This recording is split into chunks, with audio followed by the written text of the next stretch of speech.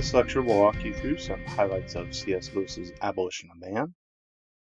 The text itself, with the title, means something like the destruction of humanity. Abolition, the word abolition means to destroy or to cast down, and man, of course, here is an expression of humanity, not just male members of the human species. So the book opens with, the book has three parts. The first part, chapter 1, is called Men Without Chess. The second part is called The Way, and the third part is called The Abolition of Man, the same title as the book. These were originally three separate lectures that Lewis gave. The first chapter, called Men Without Chess, serves as a way for Lewis to introduce the concept of what he calls the doctrine of objective value. The second chapter is a response to that doctrine, in which people try to pick and choose parts of the doctrine to accept and parts to reject.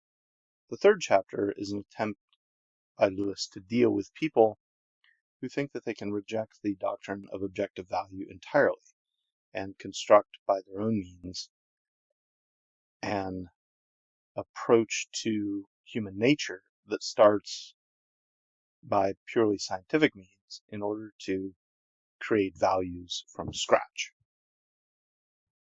So chapter 1, Men Without Chess, begins with the problem of axiological aesthetic and ethical emotivism. Imagine two people looking at a waterfall. And the first person says it's sublime, the second person says it's pretty. Lewis starts with an English textbook which deals with this situation, and the authors of the textbook say that these two people are not saying anything about the waterfall. Rather, they're just talking about how they feel. So when one person says it's sublime, the other person says I have sublime feelings, that's what they mean. They just have these feelings. The other person says it's pretty, which means I have pretty feelings. In other words, there's a debate here about waterfall, and the debate can be understood in two ways. One way is to say that the two people are not debating about anything real, but rather just debating about their feelings. The other way is to say, no, two people are debating about something real, namely the qualities of the waterfall. So the question is, are these qualities in the waterfall? Are they in the waterfall or in our feelings, or the feelings of people looking at the waterfall? Gaius and Titius, the two authors of the book that Lewis is dealing with, take this route. Lewis takes this route. So Lewis responds with a couple of initial arguments here to Gaius and Titius's claim that value judgments are merely subjective. The first argument basically goes like this. The emotions prompting the projection of sublimity onto the waterfall correlates, almost the opposite of the call is projected. To call waterfall sublime is not to have sublime feelings, but to have feelings of veneration. So this is sublime, if reduced to a speaker's feelings, means I have humble feelings. But of course, this is not what the authors of the book are saying. When they say that the waterfall is sublime, they mean that the waterfall is sublime, but if that means their feelings, the feelings aren't themselves sublime, they're humble. For example, when you look up the Milky Way on a very clear night, you feel very small, even though you might say, that is awesome. You're not feeling awesome, you're feeling small. The second argument, this is sublime, means I have sublime feelings, leads to absurdity. It means that when I say something like, you're contemptible, if that means I have contemptible feelings, that means I'm contemptible. But that just reduces to you're contemptible means I'm contemptible. Of course, that's just absurd.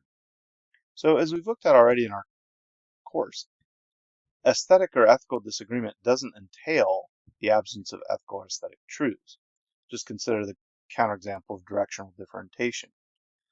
When people disagree on which way north is, it doesn't follow that there's no right answer to which way north is. So here's the doctrine of objective value. It is the belief, Lewis calls this the Tao, which just is a Chinese word for objectivity of value. is the doctrine of objective value, the belief that certain attitudes are really true and others really false to the kinds of things the universe is and the kinds of things we are. Notice the language here. Truth and falsity are real, and so are values. Goodness, truth, and beauty are real things, not just in our minds. Beauty is not in the eye of the beholder, according to Lewis. So Lewis gives an example. To call children delightful is not to record a psychological fact, it's not just saying how I feel, but it's to recognize what? A quality which demands a certain response. Quality that demands a certain response. So there is a real quality of being delightful in children, even if I don't make it. And Lewis says, look, he doesn't like little kids. He says, I don't enjoy the society of small children.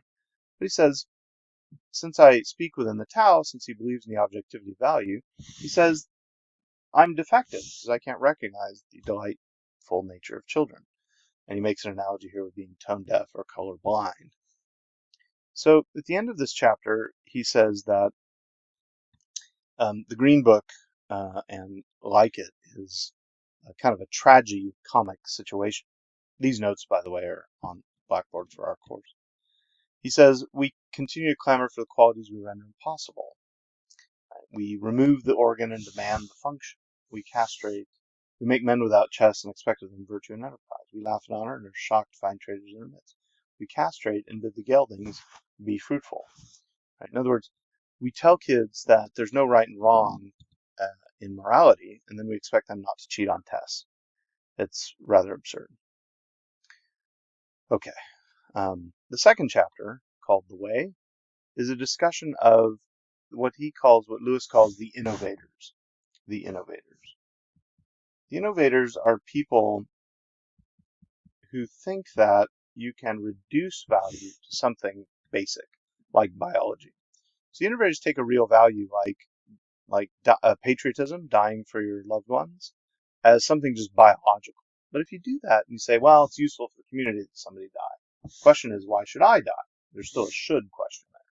Or say, well, it's just instinctual. But then the question is, what instinct should I obey? Sometimes I have the instinct to fight. Sometimes I have the instinct for flight. So Lewis says that the only place that you can have such shoulds is in the Tao, that is, accepting the doctrine of objective value. And these values are irreducible and inseparable. You can't reduce them to something more basic. And if you pick one, you have to accept them all. You can't pick and choose. So Lewis says this. Since I see no answer to these questions, I draw the following conclusions. The thing which I've called the Tao is not one among a system of possible values, systems of value, is the sole source of all value judgments. In other words, accepting the reality of the doctrine of objective value allows us to accept real values for everything. So he says, if it's rejected, all value is rejected. If it is retained, any value is retained, it is retained. That is the whole. If my duty to parents is a superstition, so is my duty to posterity. If justice is a superstition, then so is my duty to my country, my race. If the pursuit of scientific knowledge is a real value, so is conjugal fidelity. So in other words, if you're for, say, cancer research, you should also be for marital faithfulness. The two go together. You can't non-arbitrarily say, I believe in the value of science, but I don't think there's value with respect to marriage. Those two are simply at odds. And Lewis says that's a glaring inconsistency because values seem to apply to everything. Okay. The third chapter, Lewis deals with the people he calls the conditioners. The conditioners. The conditioners are people who think that they can, by scientific means, conquer human nature. That is, construct values in human beings from scratch. So he gives some examples of what he means by conquering nature, and he imagines a future stage in conquering human nature, which we can by eugenics, right? Genetic engineering, prenatal conditioning, education, applied psychology. We can get full control over ourselves. That is, we can have the power to make our descendants what we please. That is, we can construct from whole cloth what our offspring are like. Now, if we can do that, then the power of some people will greatly apply to others by means of natural scientific activity. So the question then becomes, if we have that power to create our children however we wish, how are we going to be guided? What's the motive that's going to guide us, right? Lewis keeps asking this question. Should it be the preservation of species? But the question is, why should the species be preserved? So in other words, if you can't step outside the doctrine of objective value, if you do, then the only thing that will guide you is nature itself. And Lewis says this: man's final conquest has proved to be the abolition of man. And he says, well, but these conditioners will still use the technology they have to create offspring however they wish. But there's only one motive that can guide them if they reject the Tao. And that is simply nature. That is, the only thing that is left is nature. But that's not the Tao. That's not objective value. There's mere feelings. But mere feelings are reduced to biology, heredity, digestion, the weather, association of ideas. There's no absolute guidance at all. It's just feelings. But then that's just nature.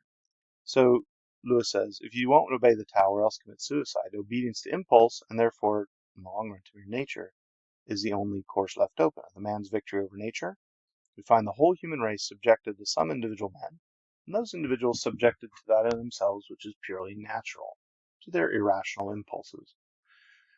Nature, untrammeled by values, rule the conditioners, and through them all humanity. Man's conquest of nature turns out in this moment to be nature's conquest of man. Okay, so this is a pretty bleak book here. But Lewis does have a solution. Later in the text, he says, the wise men of old, the cardinal problem has been how to conform the soul to reality.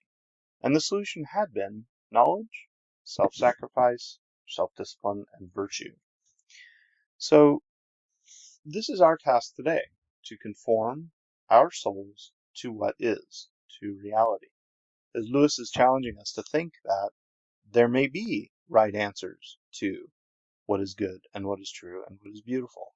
And we can know them, and we can apply them to our lives, and we can conform our own souls to the reality of beauty and the reality of truth and the reality of goodness. And to get our souls to do that, we might need to engage our intellects. That's what knowledge is, having true beliefs. It also might involve self-discipline, right? The engagement of our will to do or to forbear from certain things. And it might also require virtue. Now, when we looked at Aristotle, of course, we talked a little bit about virtue, and virtue as a character trait of the soul that comes by habituation. But virtue and virtue ethics requires modeling. It requires an objective standard for someone who is virtuous. And of course, Lewis, within the Christian tradition, recognizes this to be found in the person of Jesus. It was Jesus as the perfect man, the perfect human being who lived among us, taught, and was killed and resurrected and is coming again, that Christians hope for and hope to model our lives after.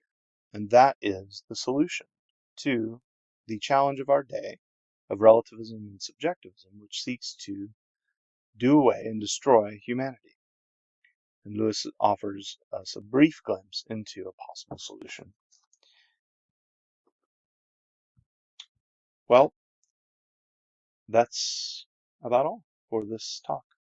Take a look at Lewis's discussion and let me know if you have any questions. Stay psyched, Grom. You.